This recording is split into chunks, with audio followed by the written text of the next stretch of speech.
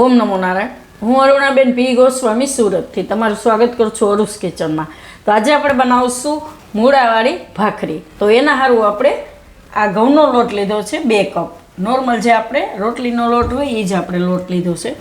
અને થોડોક આપણે ચણાનો લોટ લીધો છે 2 થી 3 ચમચી જેટલો.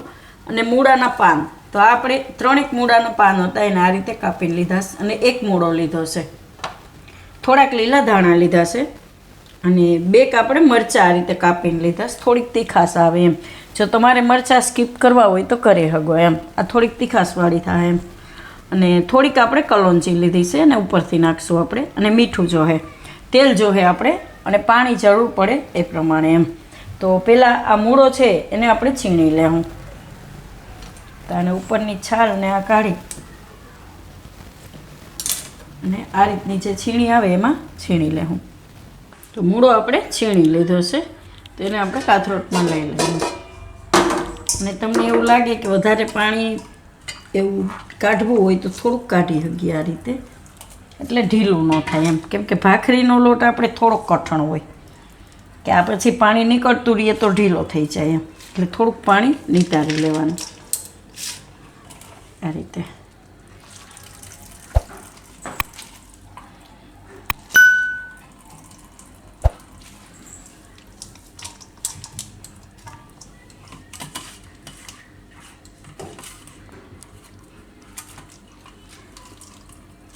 જરૂર પડે તો આપણે લોટ બાંધવામાં પાણી નાખવાનું, પણ આ રીતે નિતારી લેવાનું એમ. એટલે આમ કોળો થઈ જાય મોળો. એટલે પાણી આપણે નકરી પાણી એકદમ નીકળે રાખે એમાંથી આપણે લોટ બાંધ્યા પછી તો ઢીલો થઈ જાય. ભાખરીનો લોટ થોડો કઠણ જોઈએ આપણે એમ. તો આમાં આપણે મરચું નાખી દેવું, લીલા ધાણા થોડાક, અને મૂળાના પાન. તો મૂળાના પાનને આખા ધોવાના, આખા ધોઈને પછી એને કાપવાના. તો મૂળાના પાન લઈ લેવું આપણે.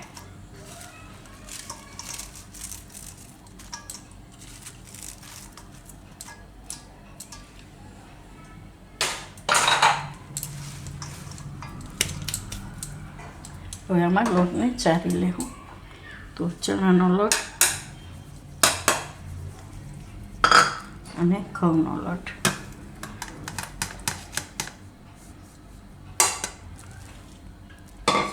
અને આપણે ચારી લેવું.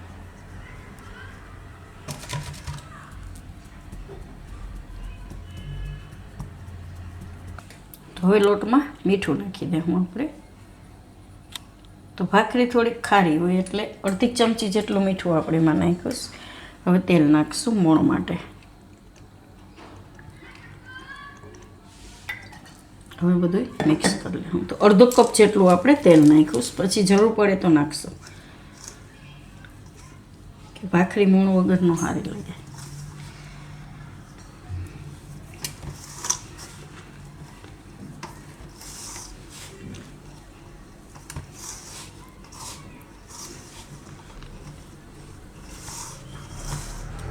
પેલા બધું આ રીતે મિક્સ કરી લેવાનું.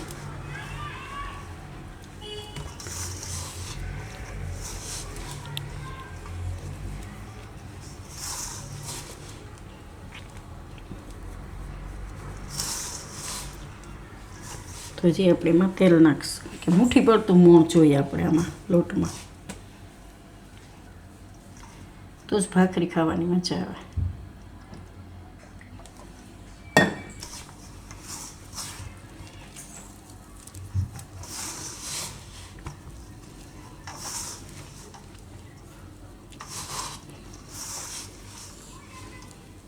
બધાય લોટમાં મોણ દઈ રહ્યું આપણે આ રીતે હાથથી એકદમ સરસ મિક્સ કરીને.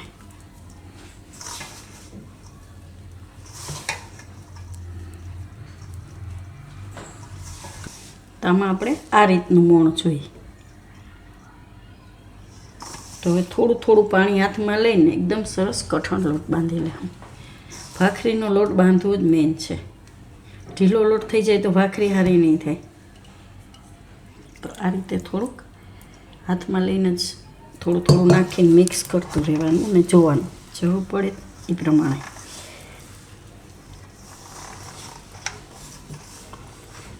તમે જાડા લોટ નહીં બનાવી શકો, પણ ઝીણા લોટની ભાખરી ખાવાની મજા આવે છે. થોડોક જાડો મિક્સ કરવો હોય, જાડો ઝીણો તોય થઈ શકે. તો પાણી આપણે આમાં લગભગ અડધા કપ કરતાંય ઓછું પાણી જરૂર પડે, કેમ કે તેલનું મોણ હોય અને મૂળો હોય એટલે.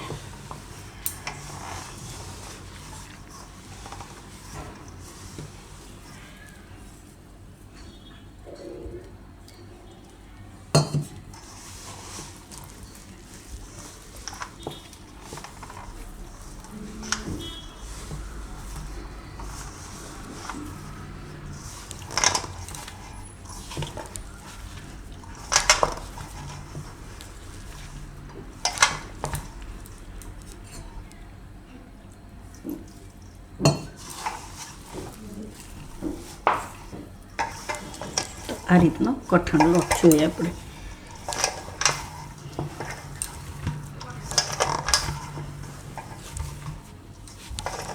તો ભાખરી એકદમ ખાવામાં બેસ્ટ થાય. બધુંય ભેગું કરી લેવું.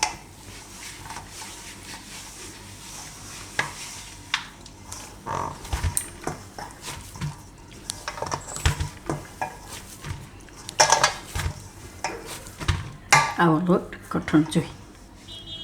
તો હવે આ બધો લોટ આપણે આ રીતે ભેગો કરી લીધો. હવે એમાંથી ભાખરી બનાવશું. તો એ લોટને આપણે રેસ્ટ કરવાની જરૂર નથી. તો આને આપણે તાવડીમાં બનાવશું.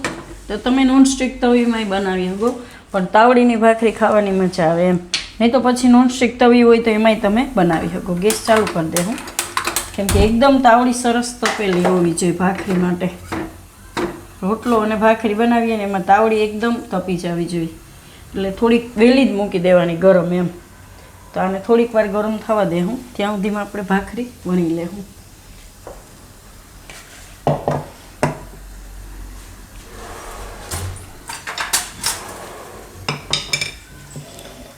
તો આમાંથી આપણે એક લૂવો લેવું.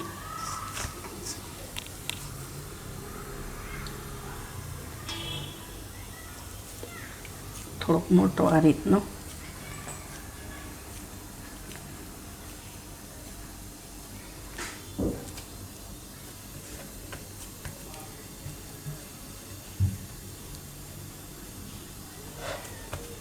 તો આને આપણે વણી લેવું.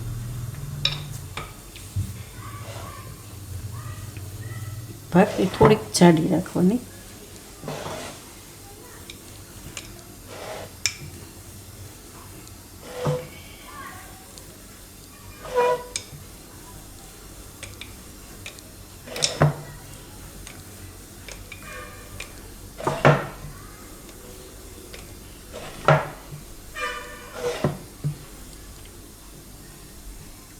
થોડીક તો ફાટી જાય આપણે ભાખરીને. થોડીક એમાં કલોંજી નાખશું.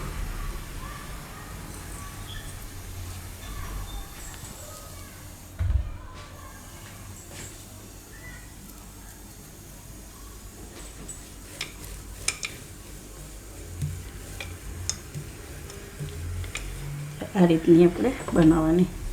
તો તાવડી આપણી ગરમ થઈ ગઈ છે.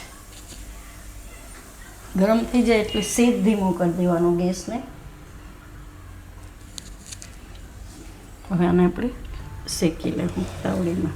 તો મોણવાળી હોય તો ઘણીવાર એવું થતું હોય કે આપણે ભાખરી ભાંગી જતી હોય, તો તમે આ રીતે એને તાવીથાથી ઉખેડીને લઈ શકો એમ, એટલે ભાંગશે નહીં.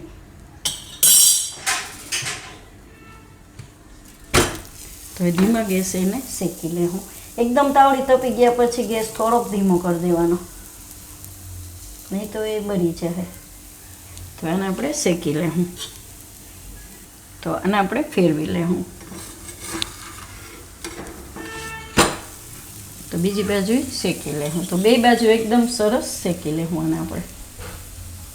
તો ભાખરી આપણે બે બાજુ શેકી લીધી છે એકદમ સરસ. બે બાજુ આ રીતની છે. આ રીતે એકદમ સરસ એમ. તો આને આપણે હવે કાઢી લેવું. બીજી આપણે વણી લીધી છે, એને શેકી લેવું. અને આપણે કાઢી લેવું. તો વધારે મોણ હોય એટલે ભાંગવાની શક્યતા રહે, પણ ટેસ્ટમાં એકદમ સરસ થઈ જાય.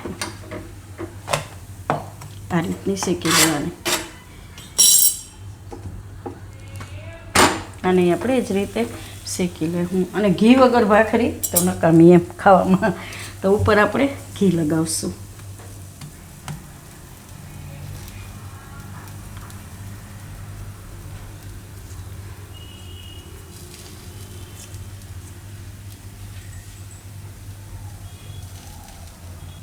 તો આટલા લોટમાંથી આપણે 6 થી 7 જેટલી ભાખરી બનશે એમ. તો આને ચા હારે ખાઈ શકો ને તમે દહીં હારે ખાઈ શકો એમ. તો તૈયાર છે આપણી મૂળાવાળી ભાખરી. તો જો તમને મારી આ રેસીપી પસંદ આવી હોય તો એને લાઇક કરજો, શેર કરજો અને મારી ચેનલને સબસ્ક્રાઈબ કરજો. અને બેલ આઇકન દબાવવાનું ના ભૂલતા. કમેન્ટ કરીને કહેજો કે તમને કેવી લાગી આ મૂળાવાળી ભાખરી, અને કોને કોને ભાખરી વધારે ભાવે એ કમેન્ટ કરીને કહેજો.